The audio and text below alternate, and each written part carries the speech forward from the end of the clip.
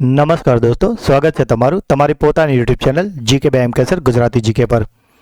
મિત્રો, આજે છે 25 જાન્યુઆરી 2026 એટલે કે રવિવાર, અને આજે સમય છે આપણા સુપર સન્ડે ક્લાસનો, કે જેમાં આપણે પાછલા અઠવાડિયાના એટલે કે 19 જાન્યુઆરીથી લઈને 25 જાન્યુઆરી 2026 સુધીના 50 મોસ્ટ આઈએમપી પ્રશ્નોને કવર કરીશું. તો જે લોકો ચેનલને રેગ્યુલર ફોલો કરે છે તેમનું એક સરસ રિવિઝન થઈ જશે, અને જે લોકો આ વિડીયોને કે ચેનલ પર પહેલીવાર આવ્યા છે તેમના માટે પણ આ વિડીયો બહુ જ યુઝફુલ થશે. તો પૂરો વિડીયો બહુ ધ્યાનથી જોજો. લાસ્ટમાં તમારી ટેસ્ટ થશે, જેના જવાબો તમારે કોમેન્ટમાં લખવાના છે. અને જે મિત્રો રોજ જોવે છે તેમને એ જોવાનું છે કે 50માંથી તેમના કેટલા સાચા પડે છે. અને મિત્રો, તમે જો આ ચેનલને દરરોજ ફોલો કરશો તો તમારી તમામ સ્પર્ધાત્મક પરીક્ષામાં આ ચેનલ તમને ખૂબ જ ફાયદો અપાવશે. તો જો હજુ સુધી ચેનલને સબસ્ક્રાઇબ ના કરી હોય તો જલ્દીથી કરી લેજો. તો ચલો વિડીયો સ્ટાર્ટ કરીએ છીએ.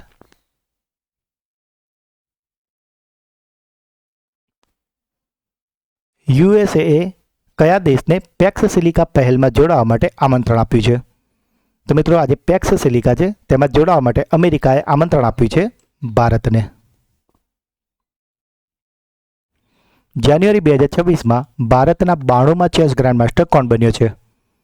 તો મિત્રો, આજે 92મો ચેસ ગ્રાન્ડમાસ્ટર છે તે બની ગયા છે આર્યન વાર્ષ્ણેય. 1 જાન્યુઆરી 2026થી લઈને 30 જૂન 2026 સુધી કયા દેશે કાઉન્સિલ ઓફ યુરોપિયન યુનિયનનું પ્રમુખ પદ સંભાળ્યું છે? તો મિત્રો, આ પ્રમુખ પદ સંભાળ્યું છે સાયપ્રસ નામના દેશે. વેનેઝુએલાના વિપક્ષી નેતા મારિયા કોરિના મચાડોએ પોતાનો નોબેલ શાંતિ પુરસ્કાર કોને એનાયત કર્યો છે?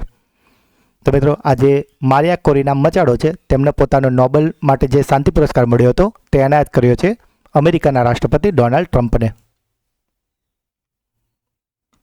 બહુભાષી ડિજિટલ ગવર્નન્સને પ્રોત્સાહન આપવા માટે કઈ રાજ્ય સરકારે ડિજિટલ ઇન્ડિયા ભાષીની ડિવિઝન સાથે કરાર કર્યો છે? તો મિત્રો, આજે ડિજિટલ ઇન્ડિયા ભાષીની ડિવિઝન છે તેની સાથે કરાર કર્યો છે મધ્યપ્રદેશે. પુણે ગ્રાન્ડ ટૂર 2026ના ગુડવિલ એમ્બેસેડર તરીકે કોની નિમણૂક કરવામાં આવી છે? તો આજે પુણે ગ્રાન્ડ ટૂર 2026 છે તેના ગુડવિલ એમ્બેસેડર બની ગયા છે મહેન્દ્રસિંહ ધોની. કયું રાજ્ય ભારતનું સૌથી મોટું ઇલેક્ટ્રિક વાહન બજાર બન્યું છે? તો મિત્રો, અહીં વાત કરી છે ભારતનું સૌથી મોટું ઇલેક્ટ્રિક વાહન કયું રાજ્ય બન્યું છે? તો રાજ્યનું પૂછે તો જવાબ છે ઉત્તર પ્રદેશ. અને મિત્રો, જો વ્યક્તિગત ઈવી વાહનોની વાત કરીએ તો તેમાં ભારતમાં પ્રથમ નંબરે છે કેરળ. ઘાયલ પક્ષીઓને બચાવવા માટે કઈ રાજ્ય સરકારે કરુણા અભિયાન 2026 શરૂ કર્યું છે? તો મિત્રો, આજે કરુણા અભિયાન 2026 છે તે દર વર્ષે જાન્યુઆરીમાં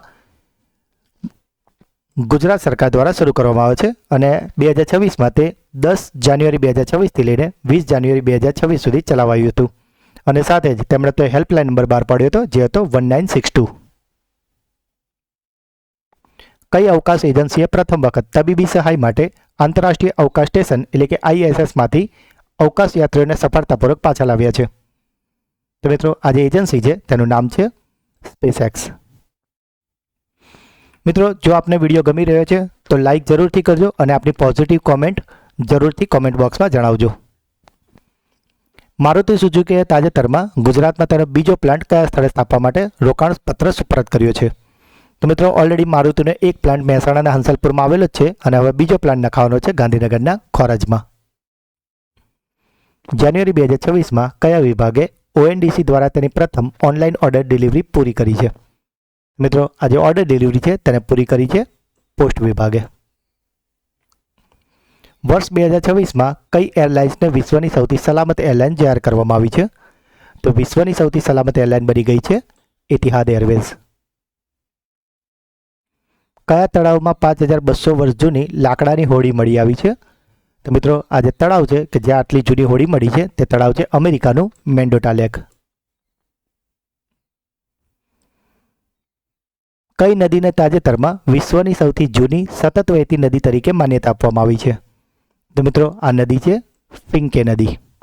જો પરીક્ષાલક્ષી પોઈન્ટની વાત કરીએ તો આ નદી ઓસ્ટ્રેલિયાના ઉત્તરીય વિસ્તારમાં આવેલી છે, અને વૈજ્ઞાનિકોનો અંદાજ છે કે આ નદી લગભગ 350 મિલિયનથી લઈને 400 મિલિયન વર્ષ જૂની છે. તે એક મોસમી નદી છે જે સામાન્ય રીતે આખું વર્ષ વહેતી નથી, પરંતુ તેનો જે જળમાર્ગ અને જે તેનો પટ છે તે વિશ્વના સૌથી પ્રાચીન માનવામાં આવે છે. અને આ પટ ત્યારથી અસ્તિત્વમાં છે જ્યારે ડાયનાસોર પૃથ્વી પર પણ આવ્યા ન હતા. આ નદી મધ્ય ઓસ્ટ્રેલિયાની મેકડોનાલ્ડ રેન્જમાંથી ઉદ્ભવે છે અને સિમ્પસન રણ તરફ આગળ વહે છે અને ત્યાંની સ્થાનિક ભાષામાં ત્યાંના આદિવાસી લોકો તેને લારા પિન્ટાના નામથી ઓળખે છે. એશિયન બોક્સિંગ કાઉન્સિલના સભ્ય તરીકે કયા ભારતીય બોક્સરની નિમણૂક કરવામાં આવી છે?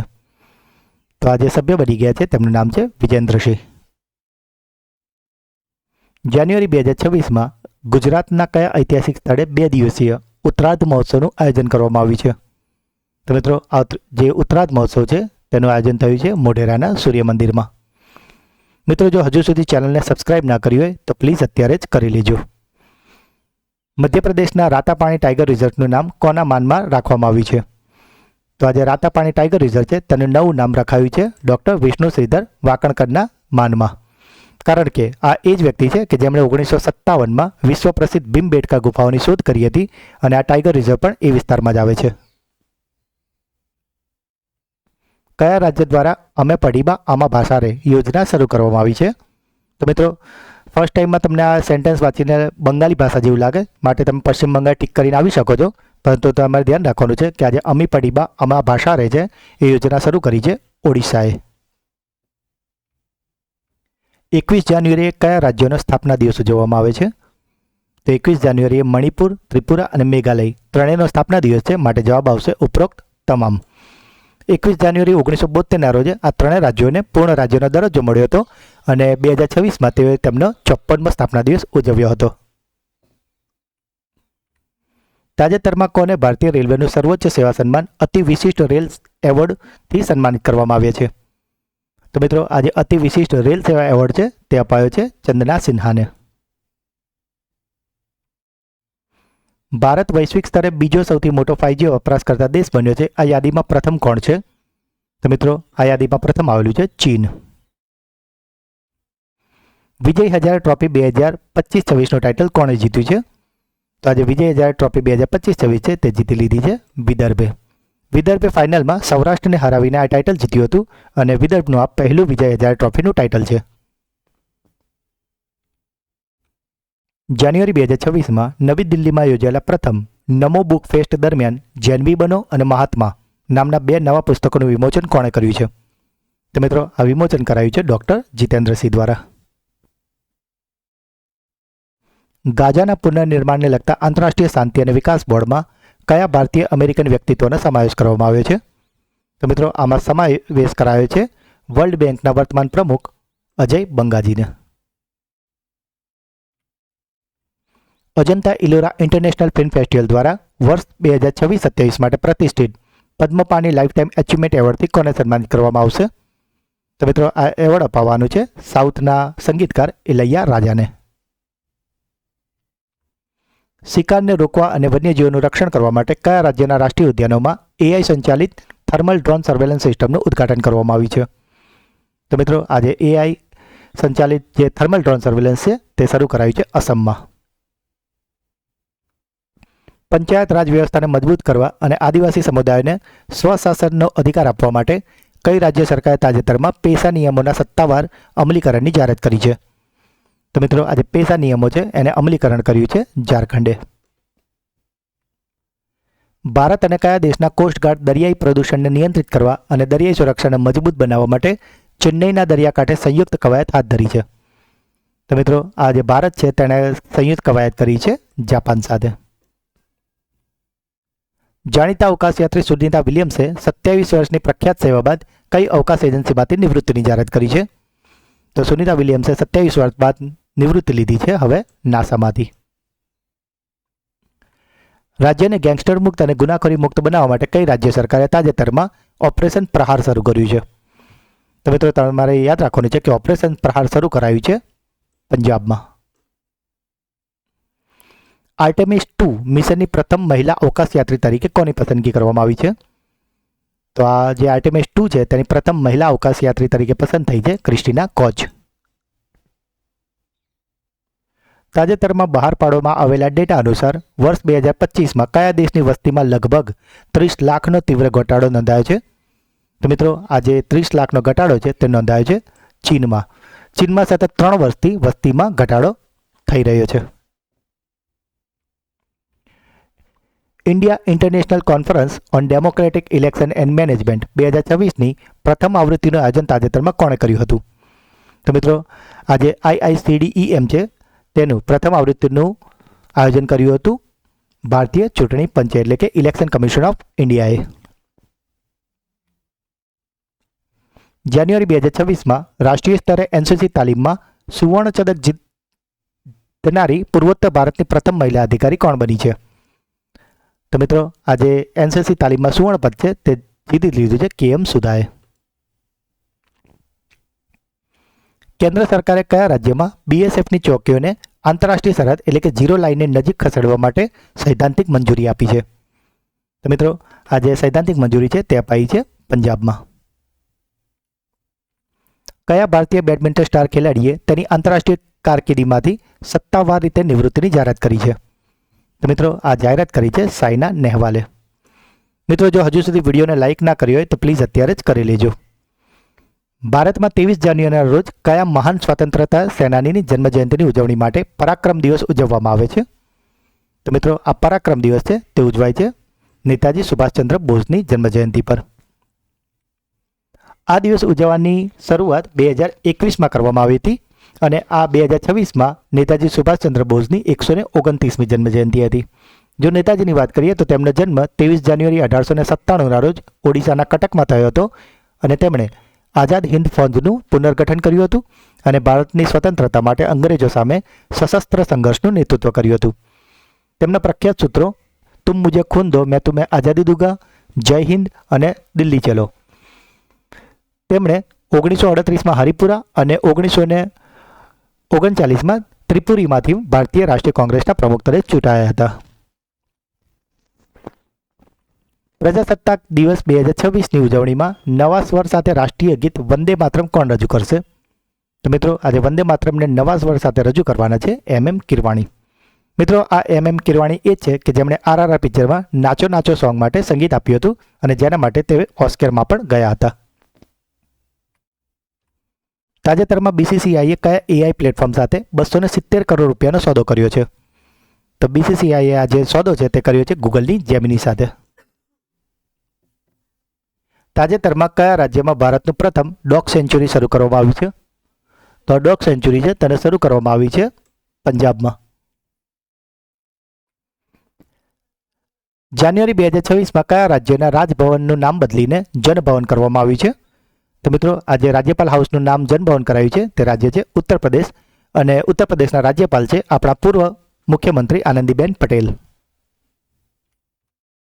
2026ના ગ્લોબલ સેફ્ટી ઇન્ડેક્સ અનુસાર વિશ્વનું સૌથી સલામત શહેર કોણ બન્યું છે? તો આખા વર્લ્ડનું સલામત શહેર છે અબુધાબી. અને ભારતની વાત કરીએ તો પહેલા નંબર પર છે કર્ણાટકનું મેંગલોર, બીજા નંબર પર છે મહારાષ્ટ્રનું પુણે અને ત્રીજા નંબર પર છે ગુજરાતનું અમદાવાદ. ભારતમાં દર વર્ષે કઈ તારીખે રાષ્ટ્રીય કન્યા બાળ દિવસની ઉજવણી કરવામાં આવે છે? તો રાષ્ટ્રીય કન્યા બાળ દિવસ છે તે ઉજવાય છે 24મી જાન્યુઆરીએ.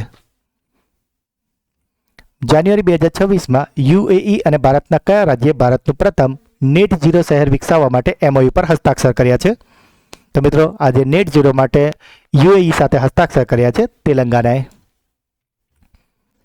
કોને ઇન્દિરા ગાંધી પુરસ્કાર ફોર પીસ, નિઃશસ્ત્રીકરણ અને વિકાસ 2025 એનાયત કરવાની જાહેરાત કરવામાં આવી છે?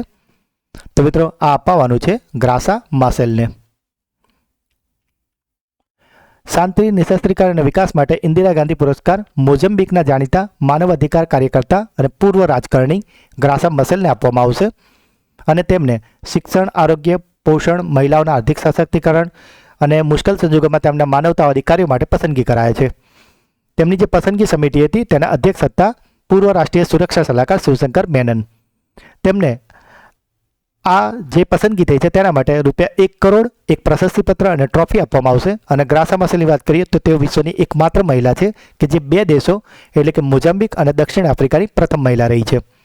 મિત્રો જે પણ દેશના રાષ્ટ્રપતિ હોય છે તેમને તે દેશના પ્રથમ નાગરિક કહેવામાં આવે છે અને તેમના જે વાઇફ હોય છે તેમને પ્રથમ લેડી કહેવામાં આવે છે એટલે કે પ્રથમ મહિલા કહેવામાં આવે છે. અને આ જે ગ્રાસા માસેલ છે તે નેલ્સન મંડેલાના પત્ની અને મોઝામ્બિકના પ્રથમ રાષ્ટ્રપતિ સમોરા માસેલના વિધવા છે. જાન્યુઆરી 2026માં કઈ પેન્શન મેનેજમેન્ટ સિસ્ટમને ઉમંગ પોર્ટલ સાથે એકીકૃત કરવામાં આવી છે? તો આ જે ઉમંગ પોર્ટલ છે તેની સાથે એકીકૃત થયું છે સંપન્ન.